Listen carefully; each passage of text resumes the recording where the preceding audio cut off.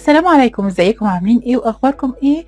كل سنه وانتم طيبين. النهارده هعمل معاكم فيديو لرمضان، فانوس سريع كده. لو عندنا حبه غطيان وبرطمان هنعمل بيهم فانوس شيك قوي من غير دهان. هعمل الفانوس اللي هنعمله معانا النهارده هعمله بالستان. هعمل ايه؟ هاخد القطر اللي عندي بتاع الدايره اللي هنا اوسطنها، هعلم عليها كده، تمام، وهاجي هقص من جوه اصغر منها شويه. خلاص، يبقى انا هقص الجزء اللي جوه ده، ودي نفس الحكايه. انا عندي دي هنا، يبقى انا هعمل حته اصغر جوه شويه. هقول لكم هنقص الحاجه دي ليه. انا هجيب الغطيان اللي عندي كلها وهفتحها بالشكل ده. هجيب القطر او المقص او اي حاجه نقدر نعمل بيها او كاويه، وهبدا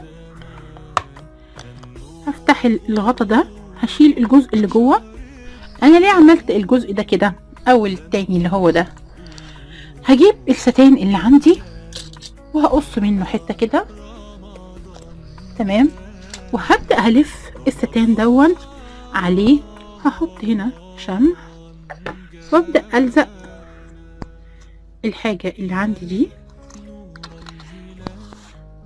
والف الستان اللي عندي، بحيث ان انا هو ده اللي هيبقى اللي بره. ما انا قلت لكم من غير دهان ومن غير حاجه، فطبعا انا مش هدهن عشان الحاجه تطلع مني نظيفه وشكلها كويس. انا هلف الستان على الحاجه بالشكل ده. احنا ممكن نعمله بفوم، مفيش مشكله خالص، بس انا حابه اعمله بنفس لون الستان. زي ما قلت لكم هحطه جنب الستاره اللي عندي زي ما احنا شايفين. هلفه للاخر والزقه، وهعمل بقيه الغطيان اللي عندي بنفس الشكل كده، هلزقه من جوه من هنا بالشمع.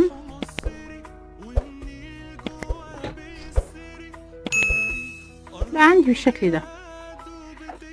هاجي هنا وده هيتحط فوق الغطا ده هنا كده. ده اول واحد عندي. هكمل الباقي بنفس الشكل ونرجع نشوف الخطوه اللي بعد كده هنعمل ايه.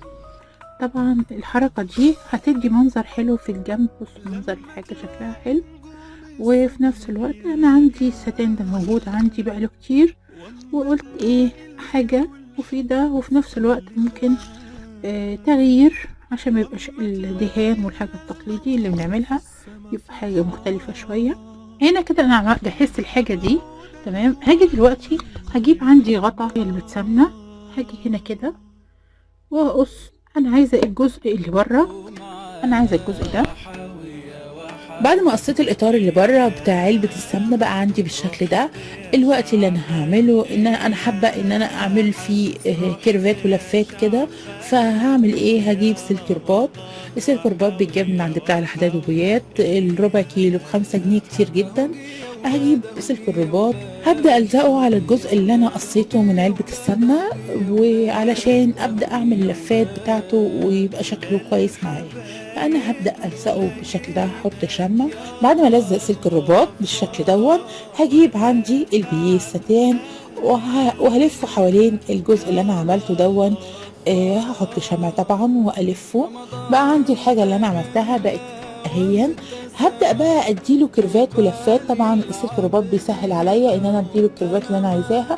طبعا انا عامله واحد الناحيه التانية عشان يبقى ايدين من الجنبين، فهعمل اتنين زي بعض بالظبط. هبدا الفهم مع بعض، اظبط اللفات بتاعتهم عشان يبقوا شكل بعض بالظبط. بعد ما خلصتهم هبدأ بقى اجمع الحاجة اللي عندي زي ما احنا شايفين. الحاجة جاهزة قدامي اهي. هبدأ بقى احط الحاجة في بعض والزقها. هجيب القاعدة الاولانية اللي عندي الكبيرة دي، وهاجي اجيب اللي فوقيها على طول زي ما احنا شايفين كده، وهحط فيها شمع وابدأ الزقها. هاجي بعد كده في الجزء اللي ورا اقلبها زي ما احنا شايفين. هقلبها واحط الشمع بحيث ان انا تتظبط معايا وتمسك اكتر. خلاص مسكناهم في بعض بالشكل ده كده.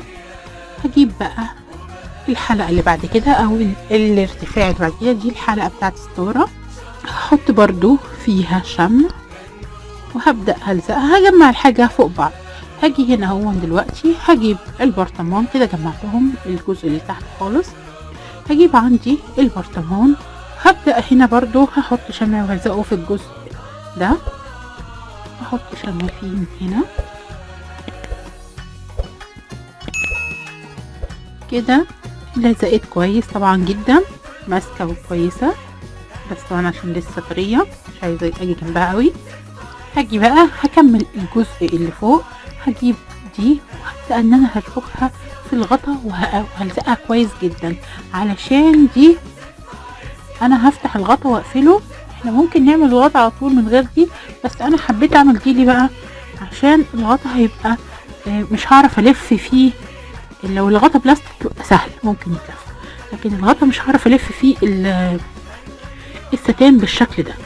فانا حبيت ان انا اضرب عصفورين بحجر، ان انا الف. بصوا كده منظر الستان شكله جميل، وفي نفس الوقت ايه الغطا يتفتح ويتقفل معايا. بصوا الغطا اهو، نفتح ونقفل. هكمل بقى بقيت الحاجه اللي عندي، ارص الحاجه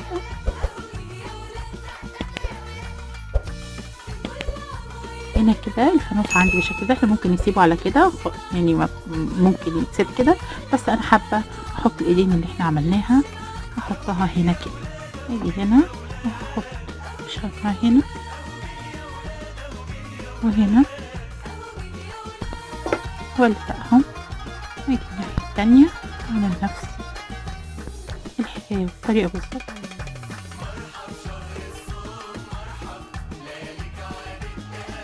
بالشكل ده. انا هزود حاجات بسيطة قوي. انا عندي خرز هنا، هبدأ هرصه بسيط جدا، مش هزود. اجي هنا في الحتة دي